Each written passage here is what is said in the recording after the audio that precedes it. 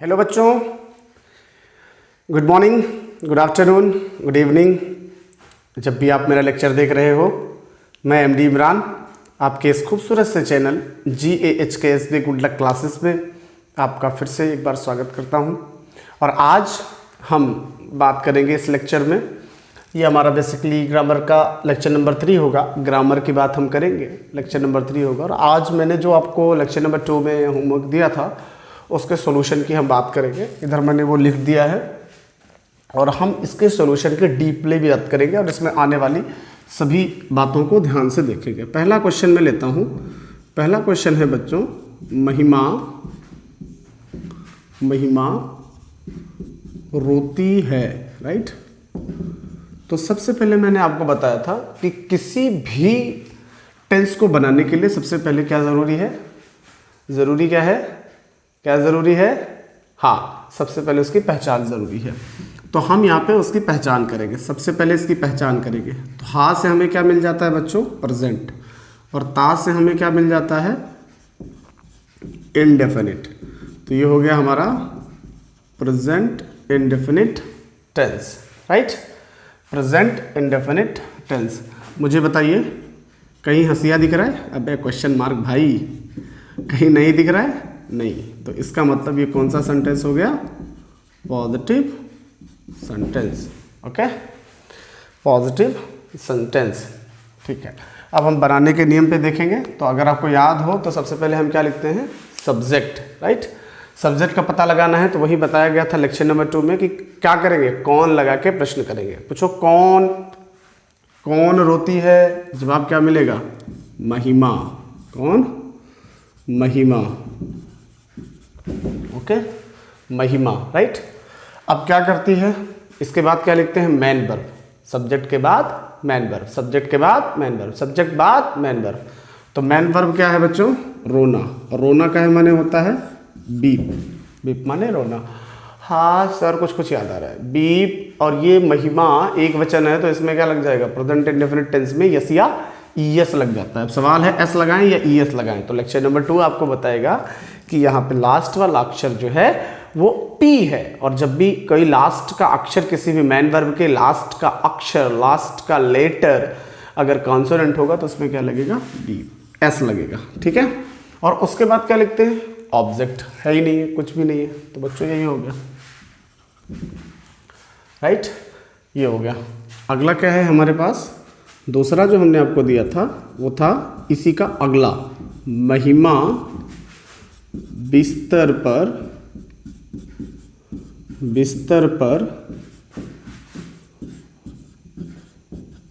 रोती है। महिमा बिस्तर पर रोती है। तो बच्चों यहाँ पे देखो, सबसे पहले हम फिर क्या करेंगे? पहचान। इससे क्या बन गया? प्रेजेंट। इससे क्या बन गया? ता से एक कदम पहले ता मिला तो क्या बन गया? इंडेफिनिट। बच्चों ध्यान से देखो, ये उन्हीं बच्चों को समझ में आ रहा होगा जिसने लेक्चर नंबर 1 और लेक्चर नंबर 2 देखा होगा। तो अगर आपने नहीं देखा है तो आप जाके lecture number 1, lecture number 2, basically lecture number 2 ज़रूर देखें और उसके बाद इसको अटेम्प्ट करें, पक्का आ जाएगा। इसके बाद आप देखें यहाँ पे क्वेश्चन मार्क नहीं है, नहीं भी नहीं है, तो ये क्या बन जाएगा? Positive sentence. Okay, positive sentence. सबसे पहले क्या लिखते हैं? सब्जेक्ट। सब्जेक्ट का पता लगाना है, क्या कहेंगे? कौन। पूछो कौन बिस्तर पर रोती है? उत्तर क्या मिला? महिमा। कौन? महिमा। तो महिमा क्या बन गया? सब्जेक्ट। और सब्जेक्ट को हम सबसे पहले लिखते हैं। इसके बाद क्या लिखेंगे बच्चों? Man verb. क्या लिखेंगे? Man verb. मैन वर्ब का पता लगाना है तो क्या कहेंगे? मैन वर्ब का पता लगाना है तो क्या बोलेंगे? कौन, यानी महिमा क्या करती है? महिमा क्या करती है? महिमा मैंने कहा था ना, सब्जेक्ट का पता लगाना है तो कौन से प्रश्न करो, और अगर मैन वर्ब का पता लगाना है तो आप सब्जेक्ट में क्या लगा के प्रश्न करो। सब्जेक्ट क्या करता है? महिमा क्या करती है? पता लगेगा रोती है। तो कहे मैंने रोना होता है बीप। इसके बाद कहते हैं यस या यस लगाओ चाहे ना लगाओ, राइट। मैं एक बार लिख दूं, subject man verb first form plus first form plus yes या यस लगाते भी हैं और नहीं भी लगाते हैं, ऑब्जेक्ट कॉम्प्लीमेंट फुल स्टॉप। बच्चों ये है। अब ध्यान से देखें तो यहाँ पे हमें ये देखना पड़ेगा, हमने सब्जेक्ट लिख दिया, मेन वर्ब लिख दिया, राइट। अब कहते हैं SEIS लगाओ भी और नहीं भी लगाओ, दिख रहा है? कहते हैं कि SEIS लगाओ और नहीं भी लगाओ। तो SEIS लगाएं कि नहीं लगाएं, ये कौन बताएगा? सब्जेक्ट बताएगा। अब सब्जेक्ट अगर सिंगुलर नाउन होगा तो SEIS लगेगा, और सब्जेक्ट अगर सिंगुलर नाउन नहीं होगा, एक वचन नहीं होगा, तो फिर नहीं लगेगा। सवाल है महिमा, महिमा नाम है और नाम हमेशा किस में आता है? सिंगुलर नाउन में, ठीक है। तो यहाँ पे क्या लगेगा? लगेगा। अब S है इसलिए S लगेगा, मैंने बताया था ना, कभी ES लगेगा कभी S लगेगा। ओके, S लगा दिया। उसके बाद मैंने तुमसे क्या कहा था? कहाँ तक पहुँचे? रोती तक। उल्टा चलो, पर की इंग्लिश क्या होती है? ऑन या एट। अब आप पूछोगे ना एट क्यों नहीं? क्योंकि बिस्तर के ऊपर लेटता है ना, बिस्तर के ऊपर, तो ऑन लगेगा। ऑन द ऑर्नामेंट की तरह काम करता है, ज्वेलरी की तरह काम करता है। ऑन द बेड, ये खूबसूरत लगेगा। आप खुद देखो, ऑन बेड ये थोड़ा अच्छा नहीं लग रहा है, लेकिन अगर इसी पे आप लगा दोगे ऑन द बेड तो ये हो जाएगा कंप्लीट। ओके, जिसका जिसका सही हो टिक कर लो, ईमानदारी से मिटा रहा हूँ मैं। ओके, अगला हम लोग आगे देखते हैं। तो बच्चों अगला क्या है? वह मैदान में भाई के साथ, वह, अब मैं पहचान वगैरह नहीं करूँगा, वह मैदान में भाई के साथ, वह मैदान में भाई के साथ खेलते हैं, वह मैदान में भाई के साथ खेलते हैं। तो यहाँ देखो, हा से क्या मिला? प्रेजेंट। ता से क्या मिला? इंडेफिनिट। हस्या कहीं है? क्वेश्चन मार्क कहीं है? नहीं है। नहीं कहीं है? नहीं है। तो क्या बन गया? Positive sentence, right. ये हो गया present indefinite tense, positive sentence. हा से क्या मिला? प्रेजेंट। ता से क्या मिला? इंडेफिनिट। क्या बन गया? Present indefinite tense. यहाँ पे कहीं भी क्वेश्चन मार्क नहीं है, कहीं नहीं है, तो क्या बन गया? बोलो जल्दी। Positive sentence, right. सबसे पहले क्या लिखते हैं? सब्जेक्ट। पूछो कौन? पूछो इससे, पूछो पूछो पूछो जल्दी पूछो। हाँ, क्या उत्तर मिला? वह। क्या उत्तर मिला? वह। वह को क्या बोलते हैं बच्चों? दे। हाँ, ही, सी, इट, ये और नाम एक वचन होता है। इसका मतलब दे जो है वो क्या है? प्लूरल नाउन है, मतलब SEIS नहीं लगेगा। कहानी खत्म। आगे चलो। अब वह क्या करते हैं? खेलते हैं ना। वह क्या करते हैं? उत्तर क्या मिला? खेलते हैं। क्या माने खेलना? प्ले। क्या माने खेलना? प्ले। हो गया। अब इसमें SEIS तो लगना नहीं है, तो आगे मैंने आपको बता रखा है। यहाँ तक आप पहुँचे, आगे चलो भाई। साथ की इंग्लिश क्या होती है? विथ। भाई की इंग्लिश क्या होती है? Brother. They play with brother. Brother, ठीक है। They play with brother. हो गया। Make English in. और मैदान की इंग्लिश, मैदान को बच्चों मैदान भी बोलते हैं, ग्राउंड भी बोलते हैं, फील्ड भी बोलते हैं। तो जो आपको लगे ये ले लो। गार्डन भी बोल सकते हो आप, ठीक है। हाँ, लिख गया? मिटा दूँ? 1 2 3। ओके, तो ये हो गया। अब आते हैं हम लोग, मैं स्कूल में हिंदी की किताब पढ़ता हूँ। मैं स्कूल में हिंदी की किताब पढ़ता हूँ। कितने लोग को आ रहा है? कौन पढ़ता है? मैं पढ़ता हूँ। हाँ से प्रेजेंट, ता से इंडेफिनिट, प्रेजेंट इंडेफिनिट टेंस हो गया। काम खत्म। कहीं भी हंसिया नहीं है, कहीं भी नहीं है, तो ये हो गया पॉजिटिव सेंटेंस, राइट। तो मैंने यहाँ पे लिख दिया आई। ओके, आई। अब आई कौन सा वचन है? सर, आई सिंगुलर नाउन है। आई सिंगुलर नाउन है, यस। मैंने इसी दिन के लिए बचाया था बच्चों। मैंने आपको बताया नहीं है, मैंने जब पहला लेक्चर डाला था, दूसरा लेक्चर, तो मैंने उसमें आई और यू को सेपरेट रखा था। एक्चुअली सिंगुलर नाउन के साथ साथ जो भी सिंगुलर नाउन होता है बच्चों, वो थर्ड पर्सन होता है। Singular noun plus third person. Singular noun, singular plus third person, तो रूल फॉलो होता है थर्ड पर्सन। अब ये क्या है आपको थोड़ा समझ में आएगा। Third person, singular noun plus, दिख नहीं रहा है, सॉरी, सिंगुलर नाउन कहाँ लिखूं, हाँ, singular noun plus third person. जब होता है तो सिंगुलर नाउन वाला रूल लगता है, ध्यान देना, ये जितने के रूल बने हैं SGIS ये लगता है singular noun plus third person के साथ, सिंगुलर नाउन भी हो और थर्ड पर्सन के साथ, थर्ड पर्सन भी हो। तो एक वचन कर्ता जितने भी होते हैं उनका, उनमें रूल फॉलो होने के लिए उनका थर्ड पर्सन होना भी जरूरी है। What is third person, don't worry about it that what is third person. जब मैं डायरेक्ट इनडायरेक्ट के वीडियोस अपलोड करूंगा एक्टिव पैसिव के बाद, फिर मैं वहाँ पे आपको समझ में आ जाएगा थर्ड पर्सन क्या होते हैं। फिलहाल अभी इतना जान लो कि जो भी सिंगुलर नाउन होगा थर्ड पर्सन होगा, उसमें SEIS लगेगा। अब आई बच्चों, आई और यू ये एक ही तरफ इशारा करते हैं। आई का मतलब मैं और यू का मतलब तुम, और मैं भी अकेला हूं, तुम भी अकेले हो, राइट। तो सिंगल सिंगल हो तो ये सिंगुलर नाउन हुआ, लेकिन ये थर्ड पर्सन नहीं है। आई फर्स्ट पर्सन प्रोनाउन है और ये सेकंड पर्सन प्रोनाउन है। तो थर्ड पर्सन प्रोनाउन ना होने की वजह से ये एक वचन के रूल फॉलो होता है। एक्चुअली ये बहुवचन माना जाता है, बहुवचन है नहीं, बहुवचन क्या किया जाता है, नई बात समझो, बहुवचन माना जाता है। एक्चुअली अगर आप इसे देखोगे एक वचन है, एक वचन है, क्या नहीं है ये, थर्ड पर्सन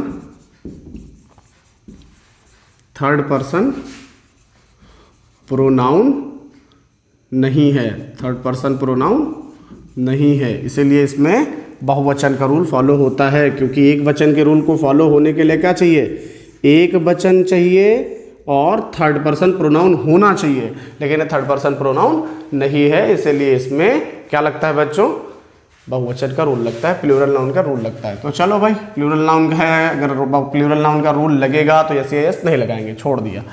मैं क्या करता हूँ, पढ़ता हूँ, क्या माने पढ़ना, रीड माने पढ़ना, SEIS नहीं लगेगा, उल्टा चलो क्या पढ़ता हूँ, बुक का ऑफ, देखो का की इंग्लिश होती है ऑफ, हिंदी हो गया, हिंदी एक लैंग्वेज है इसलिए H बड़े से, इन मेक इंग्लिश इन, और स्कूल की इंग्लिश बच्चों स्कूल हो गया, फुल स्टॉप, काम खत्म। ओके, अगला है बच्चों, हम राष्ट्रगान गाते हैं, हम राष्ट्रगान गाते हैं। ये दिखाई दे रहा है, हा से प्रेजेंट, ता से इंडेफिनिट, प्रेजेंट इंडेफिनिट, यहाँ हसिया नहीं है और नहीं है, तो क्या हो गया, प्रेजेंट इंडेफिनिट का पॉजिटिव सेंटेंस, समझ में आ गया।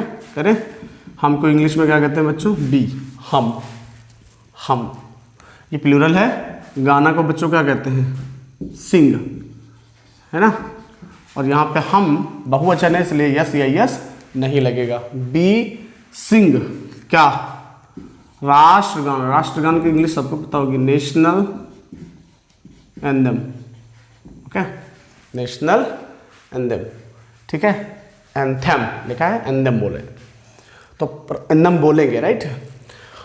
हम राष्ट्रगान गाते हैं, बी सिंग नेशनल एंथम। आगे क्या लिखा है बच्चों, तुम बाजार से क्या सब्जियां लाते हो। ध्यान से देखिए फिर से, हाँ मिला तो क्या मिला, प्रेजेंट, था मिला तो क्या मिला, इंडेफिनिट हो गया, प्रेजेंट इंडेफिनिट टेंस, क्या हो गया, प्रेजेंट इंडेफिनिट टेंस बन गया, प्रेजेंट इंडेफिनिट। हंसिया है कहीं, नहीं, क्वेश्चन मार्क है कहीं, नहीं, क्वेश्चन मार्क नहीं है, नहीं है, तो क्या बन गया, positive sentence, present indefinite tense positive sentence. तो हो गया, सबसे पहले क्या लिखेंगे, सब्जेक्ट, सबसे पहले क्या लिखेंगे, सब्जेक्ट। सब्जेक्ट का पता लगाना है तो क्या कहेंगे, कौन, पूछो इससे, कौन, तो उत्तर क्या मिला, तुम। अब फिर से बोलो मेरे साथ, तुम की इंग्लिश क्या होती है, यू, और यू बहुवचन नहीं है, माना जाता है, क्यों माना जाता है, क्योंकि थर्ड पर्सन प्रोनाउन नहीं है, राइट, रूल नहीं लगेगा, बहुवचन वाला ही रूल लगेगा। यू तो इसमें SEIS तो लगना नहीं है। तुम क्या करते हो, लाते हो। बच्चों लाना की इंग्लिश होती है ब्रिंग और फेच। अब यहाँ समझ लो, जब कोई चीज़ लाई जाती है ना उसके लिए ब्रिंग लगता है, लेकिन जब कोई चीज़ ढूंढ के लाना हो तो उसके लिए most of the time fetch का इस्तेमाल करते हैं। जैसे कोई कह दे तुम जंगल से पानी, वनवास के समय लक्ष्मण वनवास के समय जंगल से पानी लाते हैं। तो क्या मतलब हुआ, जंगल में कहीं पानी ऐसा तो है नहीं कि हाँ वहाँ पे पता है उनको कि वो देखो सामने नलका गड़ा हुआ है या नलका है या सामने तालाब है, सामने नदी बह रही है, जाओ वहाँ से लेके आओ, झरना है वहाँ से पानी ले आओ, ऐसा तो नहीं है। वो ढूंढ के लाएंगे ना, पानी के पहले सर्च में जाएंगे।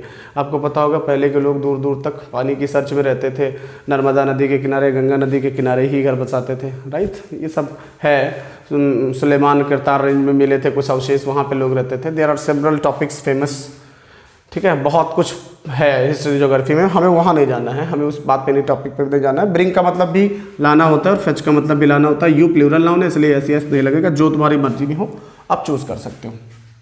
फिलहाल यहाँ पे ये सुटेबल है, ये नहीं लगाएंगे क्योंकि हम सब्जी ला रहे हैं, हमें पता है हम सब्जी मार्केट से ला रहे हैं।